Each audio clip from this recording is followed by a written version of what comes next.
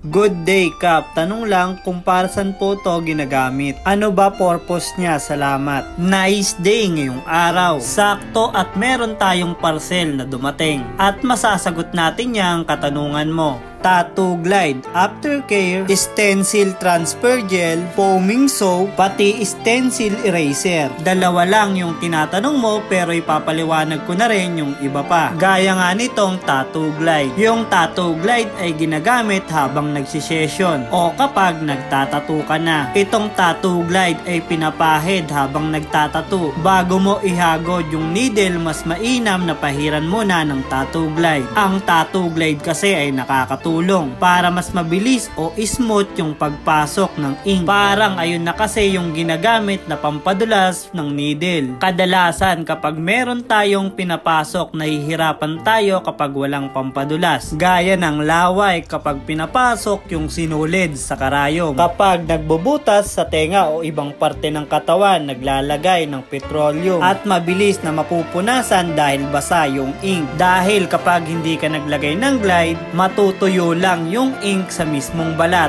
at pwede mo nga rin siyang gamitin kapag nagpapagaling na ng tattoo. Dahil itong Tattoo Glide ng Crazy Tattoo, hindi lang siya Tattoo Glide, magagamit mo rin siya pang aftercare. Meron niyang maliit at malaki nito. Kapag nagtatattoo ka, pwede kang bumili ng malaki. At kung client ka na naubusan ng aftercare o wala kang magamit, pwede kang bumili ng mas maliit. At sa mga artist, pwede rin niyang ipamigay sa mga client dahil meron 10 grams at meron ding 100 grams. Ito namang isa ay stencil eraser. Bali kapag nadikit mo na yung stencil at nagkamali ka ng paglagay, pwede mo tong magamit para mas mabilis mo na mabura. Ito naman ay foaming soap. Ginagamit naman to kapag tapos na yung session. Dahil itong foaming soap ay may antibacterial para malinisan at maugasan yung tattoo. Yung tattoo kasi ay parang sugat lang talaga na kailangan mo talagang hugasan o linisan. Pag nilagyan mo nga ng foaming soap pagkatapos ng tattoo, kailangan mo pa rin na banlawan. Ang mainam na panghugas ay distilled water at itong isa naman ay stencil transfer gel. Ito yung ginagamit pag kailangan mo nang idikit yung stencil.